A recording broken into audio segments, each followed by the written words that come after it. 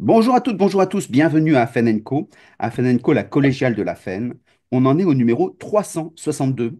Et aujourd'hui, on va poursuivre notre recherche dans les ouvrages, des gens qui écrivent, et oui, il y en a encore qui écrivent, pour aborder des sujets qui nous intéressent, des gens qui se posent et qui nous permettent à nous de travailler sur ce qu'ils ont posé et sur les traces qu'ils ont laissées.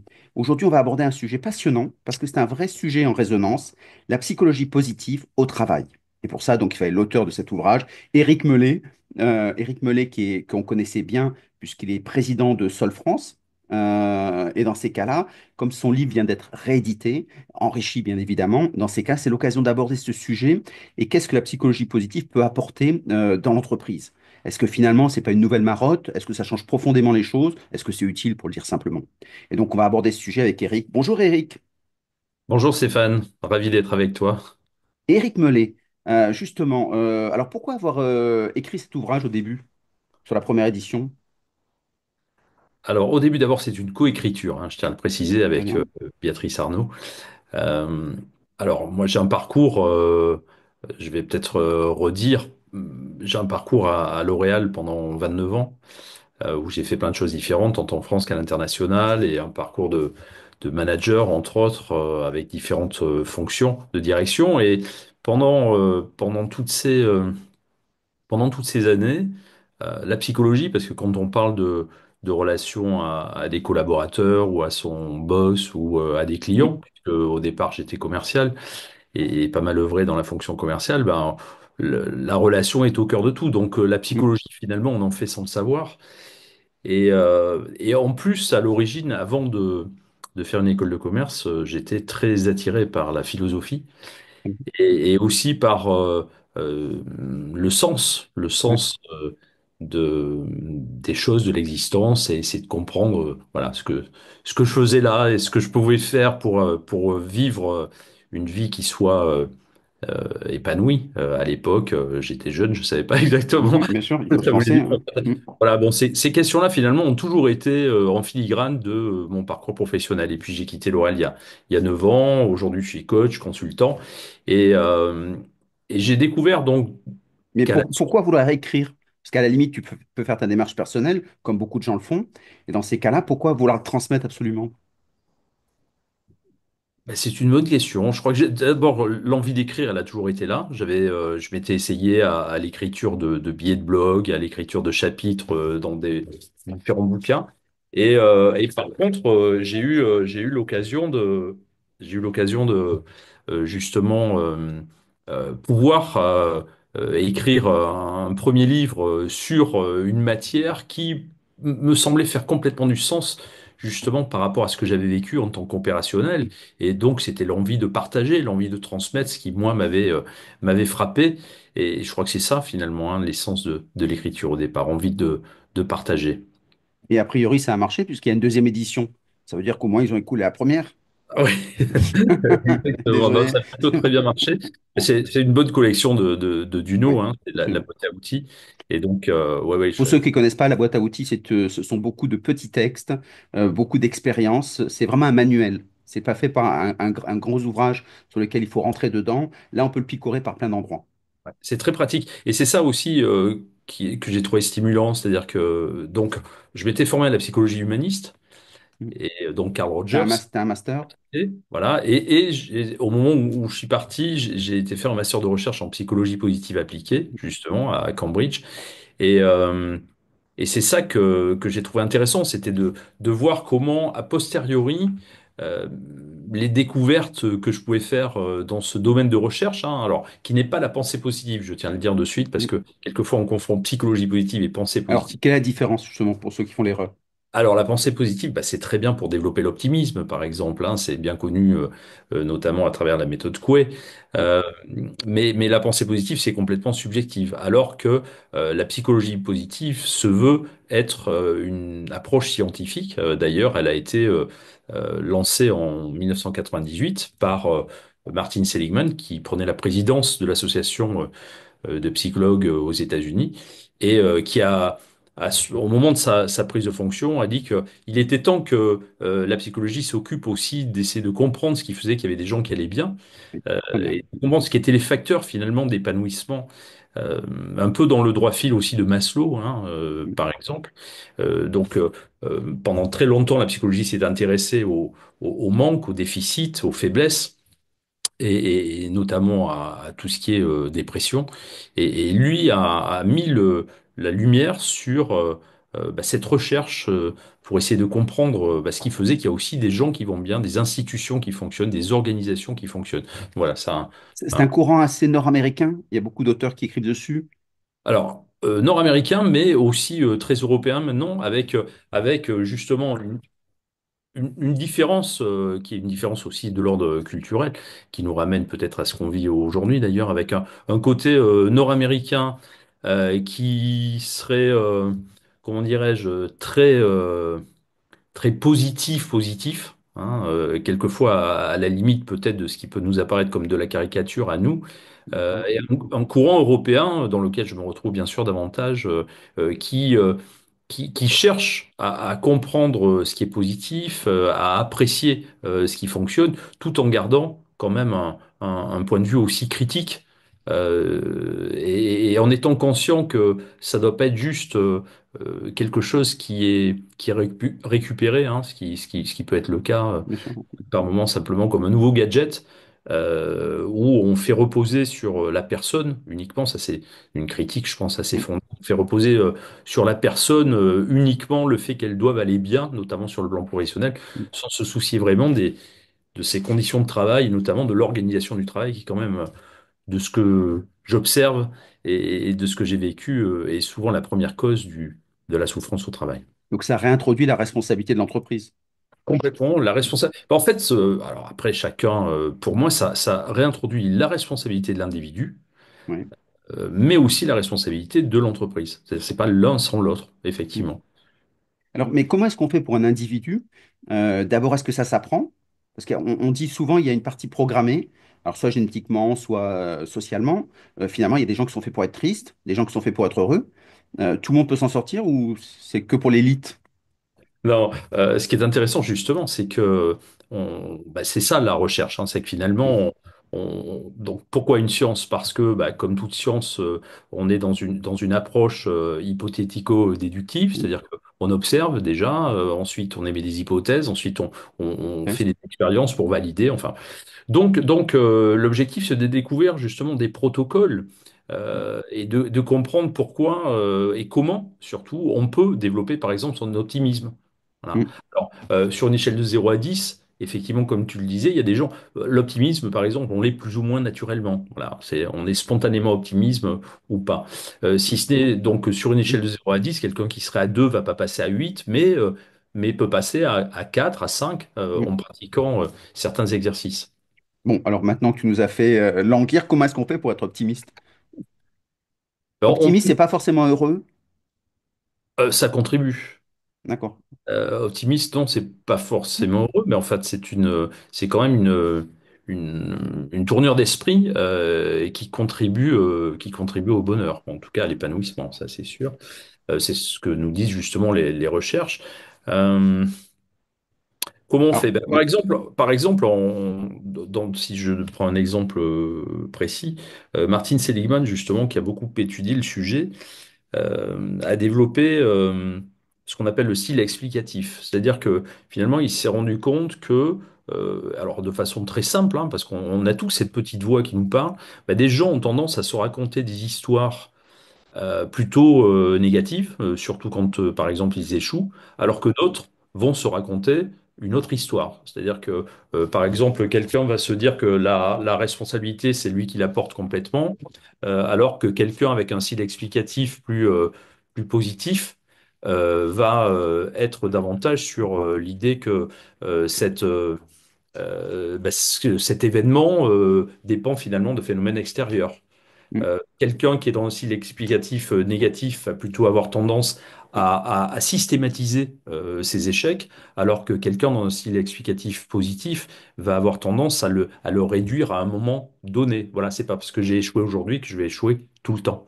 c'est mm, pas parce que j'ai échoué en maths que je suis mauvais dans toutes les matières. Voilà. C'est d'accord. exemple concret. Donc, comment on prend conscience de son style explicatif? Voilà. Comment Mm, on prend très bien. conscience, ça rejoint un peu la métacognition, hein. Comment Mm, on prend conscience de l'histoire qu'on se raconte et comment on travaille petit à petit à reformater justement ce discours interne. Un mm, exemple. mm. Très très bien. Ça reprend un peu Épithète quand il disait qu'est-ce qui dépend de moi et donc tu agis sur ce que tu peux agir. Et finalement, Exactement. voilà. Donc tu relaisses. Exactement. Finalement, ça renoue à une histoire qui est ancienne, des sagesses qui sont d'avant. Ah mais complètement, que ça soit effectivement les Grecs, les Grecs sont les premiers à s'être Bien intéressés sûr. sur ce qui faisait le sens de la vie, ce qui faisait que ça valait la peine de vivre, ce qui étaient les principes d'une vie vertueuse et heureuse, ce qui a été relayé après par tous les philosophes, notamment les philosophes aussi existentialistes, hein, c'est ce qu'on Mm, retrouve, c'est cette idée aussi que certes je ne peux pas tout changer, il y a des choses qui ne dépendent pas de moi, et il y en a beaucoup. Néanmoins, il y a quand même une partie qui dépend de moi, ne serait-ce que celle qui consiste à, à interpréter les événements qui m'arrivent et à les connoter, justement, de façon à y trouver du sens, par exemple, ce que nous dit la logothérapie mm, ou de Viktor Frankl, ou au contraire à subir. mm. Donc ça veut dire aussi que la responsabilité appartient à l'individu. Est-ce que c'est pas un peu lourd, comme on dit charge mentale aujourd'hui, de se dire je suis responsable de ce qui m'arrive quelque part? C'est à moi de construire. On pensait par exemple le design de vie. C'est à moi de construire l'histoire que je veux me raconter, quoi. Euh, je- ça peut, ça Tout le peut monde n'est pas doté. Non, certes, néanmoins, il y a, enfin, des tas de cas et des tas de témoignages, hein, de gens, à commencer par celui de Viktor Frankl, euh, celui qui a développé la logothérapie. Frankl, il est déporté, il passe 4 ans en camp Mm, de concentration, il est psychothérapeute en Autriche avant de partir, et lui, à la différence de Freud, qui considère que l'homme recherche le plaisir, ou de Adler, qui considère que l'homme recherche le pouvoir, pour lui, l'homme recherche le sens. Et donc, tout son travail, déjà avant d'être déporté, ensuite pendant ces 4 ans camp de concentration, et par la suite, pendant près de 30 ans, il va travailler, notamment avec des gens suicidaires, hein, mm, il va travailler sur cette notion de sens. Euh, et il y a des tas d'exemples qui montrent que suite à des traumas, hein, on parle de croissance post-traumatique, on peut trouver des ressources qu'on ne pensait pas avoir d'ailleurs, hein, à l'origine. mm. C'est souvent une surprise pour ceux qui vivent ce genre d'épreuves et puis de découvertes sur eux-mêmes. Particulièrement ceux qui ont connu l'épreuve des camps. Je pense à Cyrulnik, qui est aussi avec la résilience, qui a connu Ouais. aussi ces situations. C'est des gens qui s'interrogent, mais alors, euh, si on a une telle, le mal étant si important que ça, quel est le sens que ça réinterroge? Et donc, tous ces gens-là ont beaucoup interrogé le sens dans leur démarche. Alors, comment est-ce qu'on fait quand individuellement, à l'école, on ne nous apprend pas à être positif? Comment est-ce qu'on fait pour se débrouiller tout seul? On achète ton livre, déjà, premier élément, mais voilà, comment est-ce qu'on fait à part ça? Bah, à part ça, déjà, enfin, il y a plein de choses, il y a plein de pistes, c'est ça que je trouve intéressant. Il y en a une dont on parle beaucoup, même si on oublie trop souvent sa puissance, c'est la gratitude. Mm, Par exemple, hein, c'est le fait d'apprécier, de réapprendre à apprécier. On est dans des modes de vie dans lesquels on est tellement pris dans un tourbillon perpétuel, et toujours en recherche de performance, et avec cette notion du jamais assez, mm, de la recherche de la performance maximale, hein, qu'on n'atteint jamais. Donc on finit par bah, les sportifs finissent par se doper. Et d'ailleurs, ça existe aussi dans le monde professionnel. Donc, on a, on oublie finalement d'apprécier, on oublie de prendre le temps, on oublie de s'arrêter. Alors, certains pratiquent la méditation, hein, ça c'est mm, quelque chose qui est arrivé aussi dans l'entreprise et dans le quotidien, alors qu'il y a 15 ans ou 20 ans, bon, c'était réservé à des gens qu'on considérait un peu comme des allumés. mm, Aujourd'hui, c'est assez commun, le yoga, la mm, mm, méditation, des choses comme ça. Donc, déjà, moi, je pense que prendre le temps, se poser, arrêter par moment l'écran ou les écrans, mm, se connecter à soi-même. C'est d'ailleurs le premier dossier, hein, du livre. Se connecter à ses ressources personnelles, identifier par exemple ses valeurs. Je suis assez mm, frappé de voir en coaching, quand je pose la question aux personnes que j'accompagne, de voir que finalement, c'est rarement clair, Hum, les valeurs. Alors que pourtant, on en parle beaucoup. On prend des positions souvent par rapport à nos valeurs sans pour autant être précisément clair avec les valeurs qui sont les autres et qui sont les nôtres et qui nous animent. hum. Est-ce que c'est pas évident de le faire seul, déjà, de trouver ses valeurs? Quand on est en posture de coaching, c'est intéressant parce qu'on a l'effet miroir, donc on a l'encadrement qui le permet. Mais comme on l'a pas vu dans son parcours professionnel, on répète un peu bêtement les valeurs comme tout le monde en disant on essaie d'être professionnel.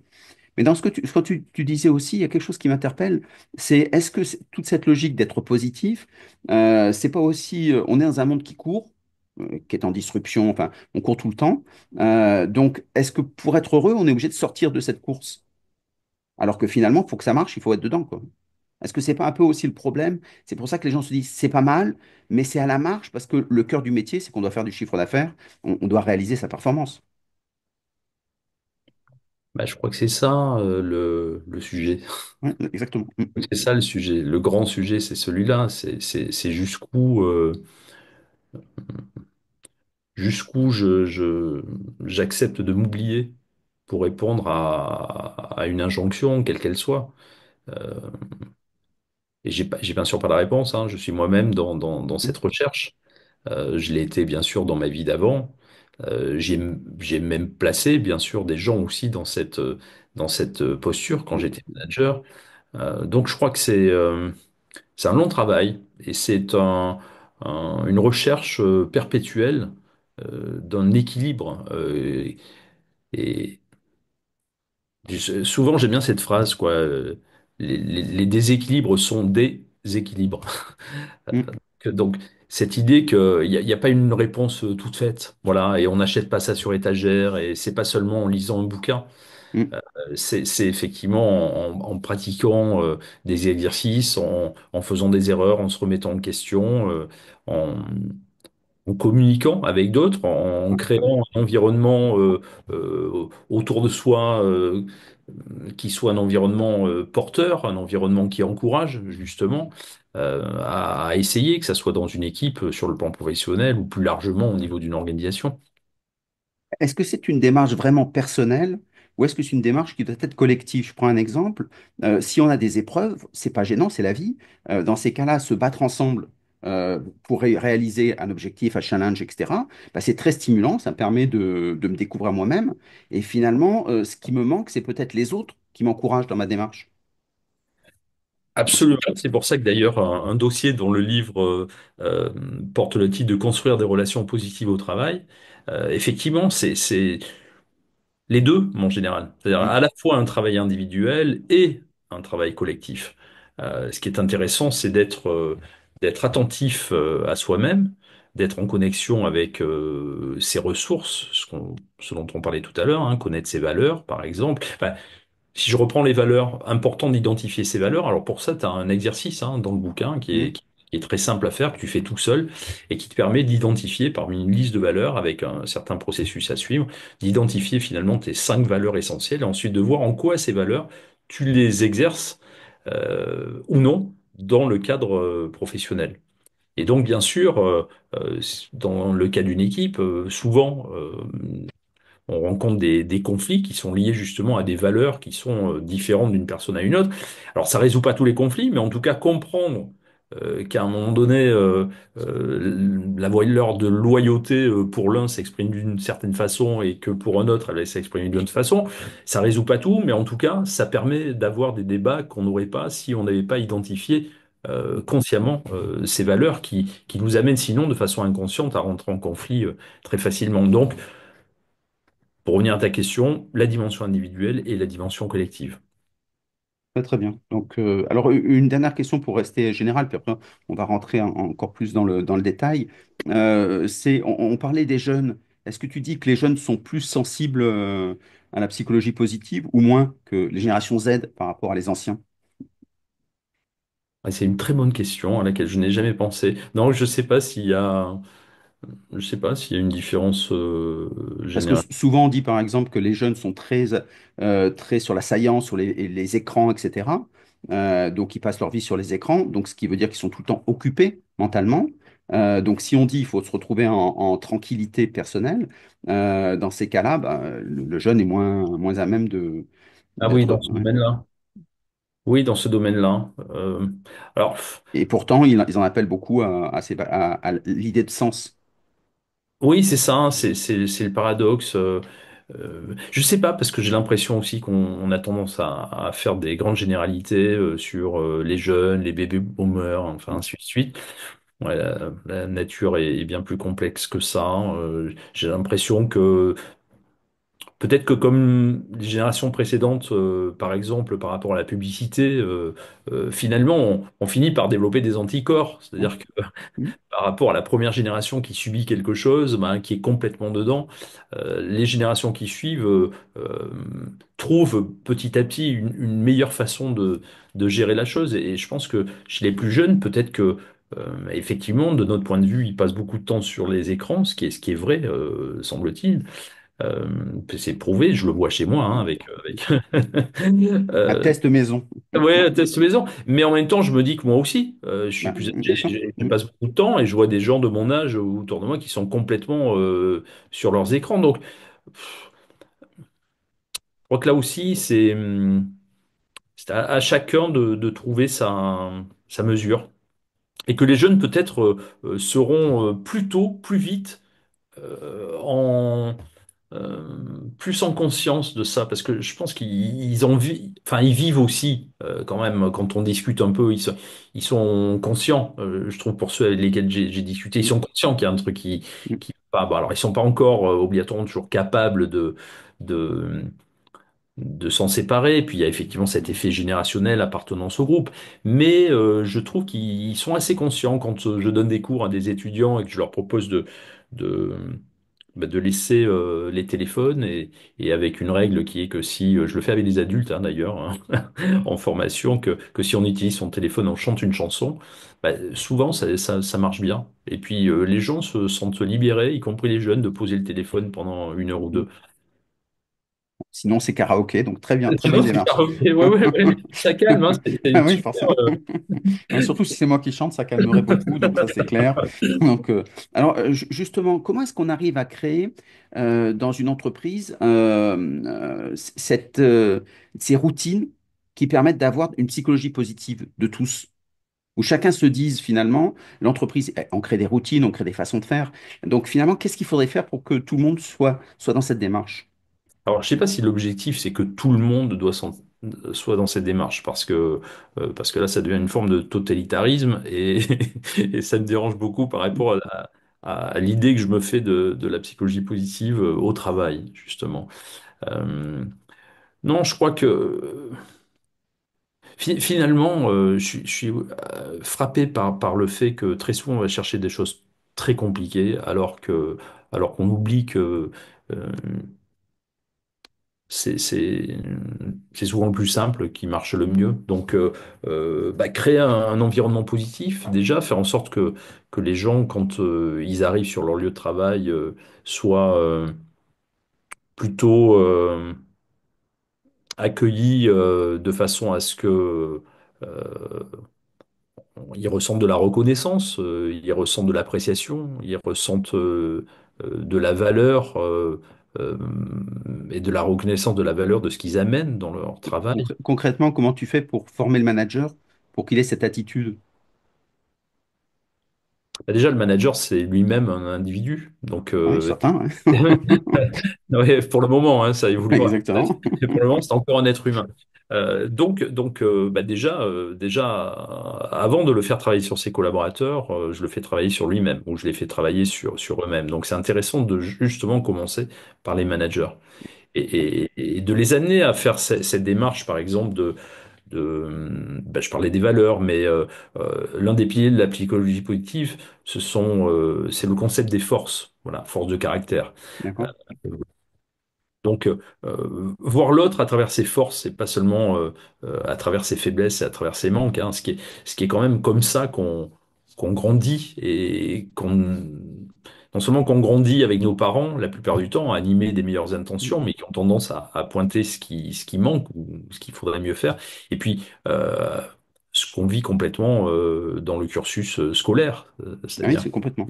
voilà, on met le doigt systématiquement sur le manque, sur la faute et rarement sur ce qui marche.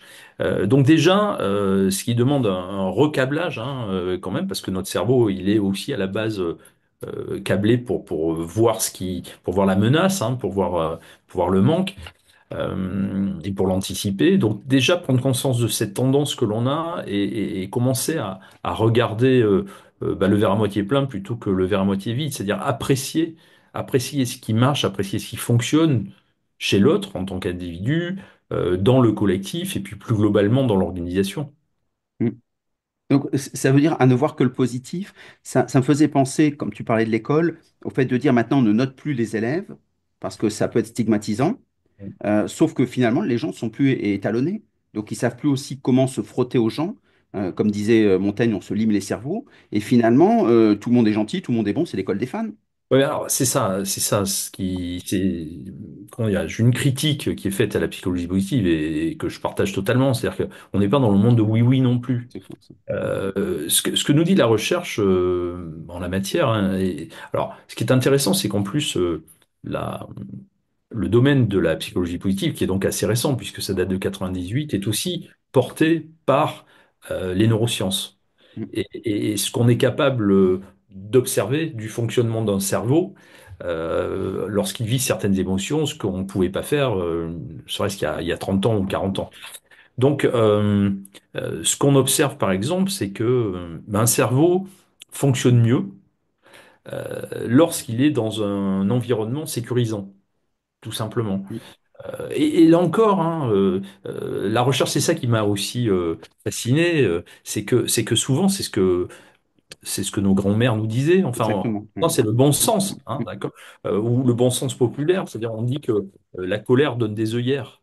mm, Oui, quand on est en colère, on n'est pas créatif, hein.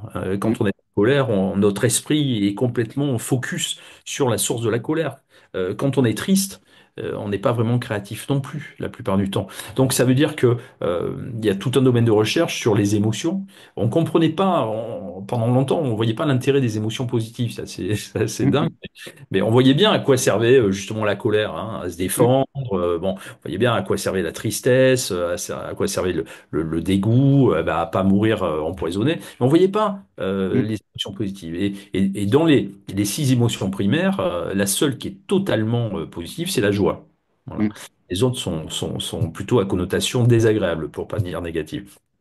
Or, Barbara Fredrickson, une chercheuse américaine, a découvert l'intérêt justement de ces émotions positives et l'intérêt notamment sur le plan psychologique, mais sur le plan affectif, on connecte mieux lorsqu'on est de bonne humeur et bien dans sa peau, on connecte mieux avec les autres. Donc ça a des vertus sociales, ça a des vertus psychologiques et psychiques, notamment sur le fait qu'on on est justement plus créatif.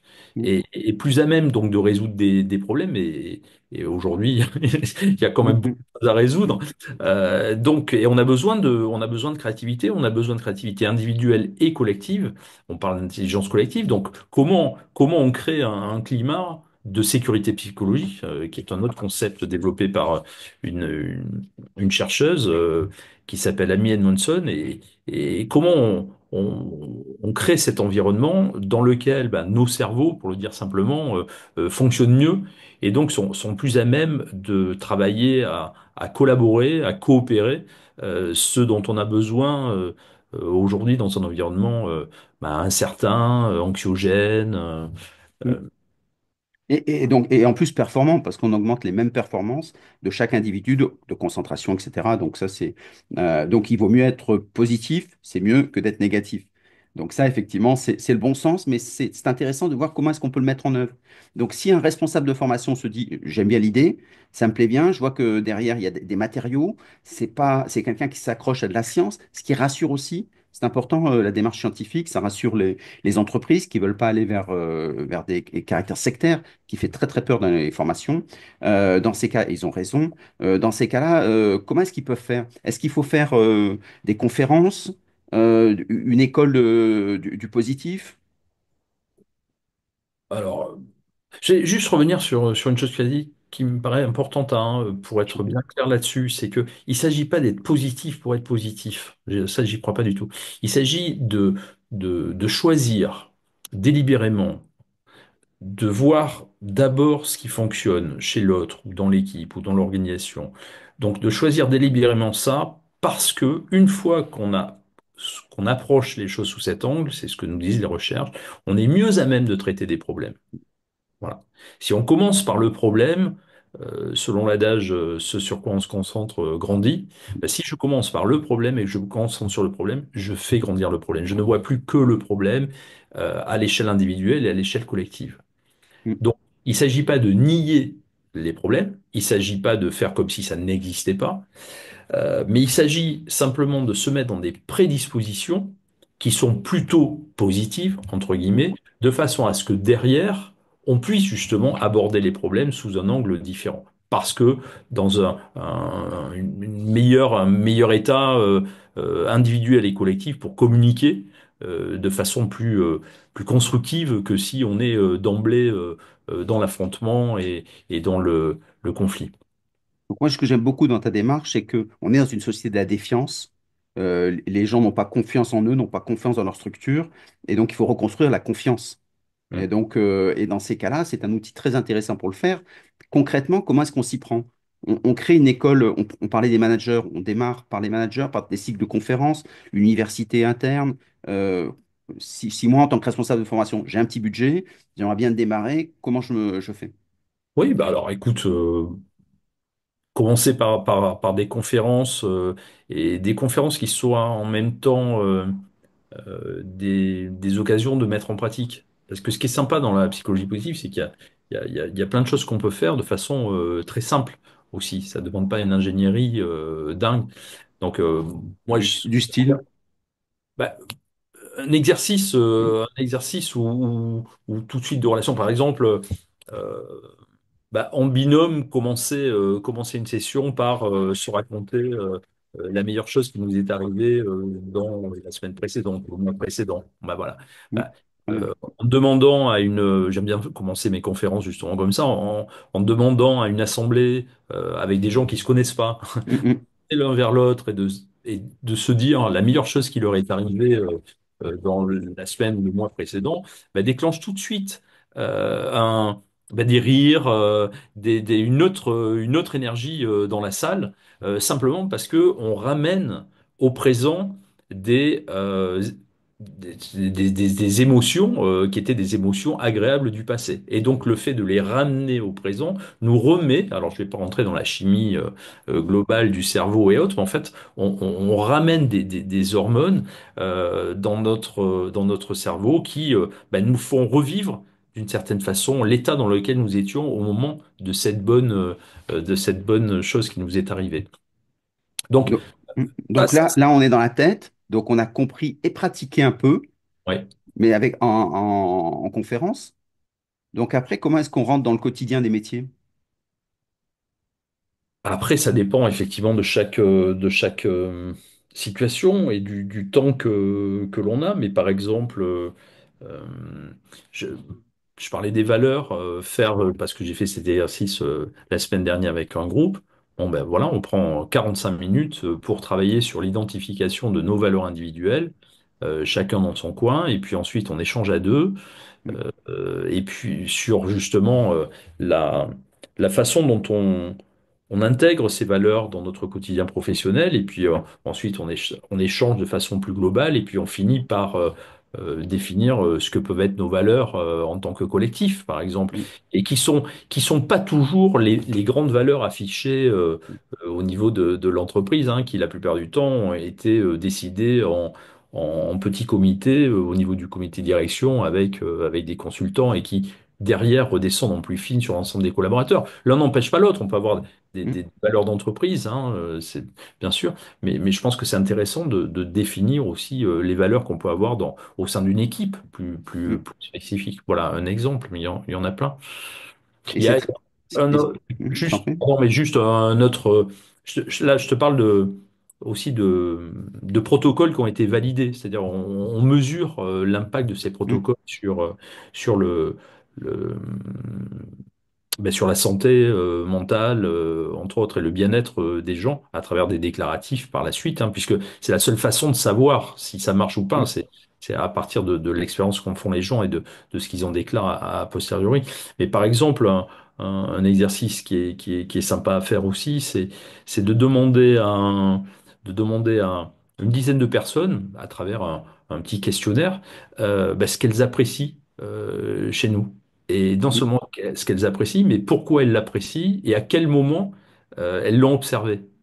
mm, Et c'est assez mm, étonnant parce que bah, là, bien sûr, on a la réponse à la question qu'on pose. Donc, si je demande à des gens autour de moi qui me connaissent plus ou moins, mais qu'est-ce qu'ils apprécient chez moi, je vais en général être euh, très surpris et positivement mm, surpris et enrichi par les retours que je vais avoir et comprendre aussi à quel moment et dans quel comportement je transmets justement ces qualités positives et donc les pratiquer d'autant plus consciemment dans mes relations avec les autres. mm. Exactement. Et ça permet de renforcer son efficacité, son estime de soi, comme disait Bandura. Et donc ça, c'est des choses intéressantes pour se déployer. Tu dirais que il y a besoin d'organiser un peu les choses, puisque tu as travaillé beaucoup sur les entreprises apprenantes, sur l'intelligence collective. Est-ce que des groupes de parole, c'est des choses qui ont du sens, ou tu dis c'est pas la meilleure façon de faire? Ah, moi, je trouve que ça a beaucoup de sens. Bah, c'est-à-dire que l'équipe devrait être un groupe de parole. Enfin, Ouais, ouais, très bien. c'est l'équipe. On parlait tout à l'heure de sécurité psychologique. Euh, la chercheuse qui a développé ce concept, au départ, elle a travaillé avec des infirmières à partir d'une hypothèse de recherche. Euh, qui, pour elle, visait à comprendre en quoi les erreurs individuelles impactaient la performance collective d'une équipe. Et donc, elle a travaillé avec des infirmières, elle s'est rendue compte que dans des blocs opératoires, que les équipes performantes, contrairement à son hypothèse de départ, à savoir que bah, plus il y avait d'erreurs individuelles, moins il y aurait de performance collective, ce qui paraît assez logique, bah, que c'était l'inverse. Et finalement, en creusant le sujet, elle s'est rendue compte que ce n'était pas les équipes dans lesquelles il y avait le plus d'erreurs, mais c'était les équipes dans lesquelles les gens exprimaient Mm, les erreurs partagées avec les autres. Et donc c'est comme ça qu'elle est arrivée à ce concept de sécurité psychologique, et avec deux notions. Donc Google, notamment, a fait une enquête, une étude auprès de 180 équipes dans le monde pour découvrir à l'arrivée que c'était le critère numéro un d'une équipe performante hein, chez Google, parmi les cinq qu'ils ont définis. Euh, donc avec deux idées fortes. Une, que le temps de parole est équitable mm, dans l'équipe lors d'une réunion notamment. Ça veut dire quoi? Ça veut dire que c'est pas égal, tout le monde ne parle pas le même temps, mais chacun a l'opportunité de pouvoir s'exprimer. Ce qui veut dire que même à la fin de la réunion, quelqu'un qui sortirait sans avoir dit un mot, si on lui posait la question, est-ce que tu as pu dire ce que tu avais à dire? oui, c'est Il vrai. irait dire, mais la personne dirait, ouais, ouais, c'est OK pour moi. Mm, Ça, c'est la première chose. Et la deuxième, c'est la capacité des membres de l'équipe à interpréter le langage non verbal mm, et avec notamment l'empathie. Donc, c'est cette mm, capacité, effectivement, à la fois à comprendre, mais aussi à ressentir ce que ressentent les autres. Donc, cette idée, elle n'est pas seulement, une fois de plus, c'est pas parce que c'est moral et parce que c'est bien, hein, c'est parce que mm, juste ce que nous dit la science sur la matière, c'est que ça fonctionne mieux. C'est-à-dire que dans un contexte, comme tu le disais, qui est très incertain, où il va falloir innover plus que mm, jamais, puisque les recettes d'hier ne fonctionnent pas et fonctionneront de moins en moins. Donc, innover, c'est penser out of the box, c'est diverger, c'est oser exprimer des idées qui paraissent délirantes, sans avoir peur d'être jugé, sans avoir peur d'être rejeté, hein, ce qui est la peur humaine bien sûr. par excellence. Donc, ça nécessite d'être dans un climat où effectivement, t'en parlais tout à l'heure, il y a de la confiance. Et la confiance, c'est pas seulement par décret. Mm, La confiance, et notamment la sécurité écologique, c'est vraiment ce que les Américains appellent un gut feeling. C'est-à-dire que c'est vraiment quelque chose qu'on ressent dans ses tripes. Voilà. mm, On sent tout de suite quand on rentre dans un lieu, une salle de réunion ou un lieu qu'on va chez quelqu'un qu'on connaît pas. On sent tout de suite si on est en sécurité et qu'on peut être authentique, parce qu'en fait le sujet c'est ça. Est-ce qu'on peut être authentique ou est-ce qu'au contraire il va falloir porter un masque? mm. Exactement. Et donc, c'est très bien parce que ça permet de conclure sur cette démarche qui est très positive et qui permet à chacun de devenir ambassadeur des valeurs incarnées de l'entreprise. Voilà. Donc, ça, j'aime beaucoup ce que tu dis. Alors, justement, ceux qui vont apprécier l'émission, donc déjà, ils vont pouvoir acheter le livre. On mettra les liens dessus. Si on veut te contacter, c'est quoi ton média de prédilection? Bah, c'est sur LinkedIn, le plus simple. Éric Mellet. Donc, dans ces cas-là, bah, n'hésitez pas à le solliciter, posez toutes les questions et ça permet justement de progresser. Est-ce que tu as une actualité particulière, hormis la sortie de ton ouvrage, qui est déjà beaucoup? Bah, écoute, puisque tu me donnes l'occasion d'en parler, c'est un peu une avant-première, hein. On Très bien. organise avec Sol France, donc Société pour l'organisation apprenante, Dont euh, tu es président. dont je suis président, association qui est née à partir des travaux de Peter Senge et de son livre, son best-seller, La cinquième discipline. Donc c'est vraiment le canal historique de Mm. l'organisation apprenante, parce qu'aujourd'hui beaucoup de personnes en parlent un peu par moments à tort et à travers. Mais donc Sol France organise un événement qui aura lieu le 27 et 28 novembre prochain. Je dis vraiment avant-première parce qu'on Mm. va lancer la communication là-dessus avec, quatre speakers dont je peux pas donner les Bien noms sûr. Mm. aujourd'hui, mais qui sont vraiment, qu'on est ravis d'accueillir avec bah, tout ce que sait faire Sol France en matière d'animation de grands groupes, de collectifs apprenants, et l'ambition que l'on a avec tous les membres de Sol France qui sont impliqués hein, dans la co-organisation et la co-conception de cet événement, c'est vraiment de donner à vivre une expérience apprenante pendant cet événement. 27-28 novembre, ça se passera où? Ça se passera à Paris. Très très bien. Bah, merci beaucoup. Alors, Je vous en plein prie. d'informations nouvelles. En tout cas, c'était passionnant. J'espère que vous avez autant apprécié que moi l'émission. À très bientôt à tous. Au revoir, Eric Mellet. Au revoir Stéphane, merci.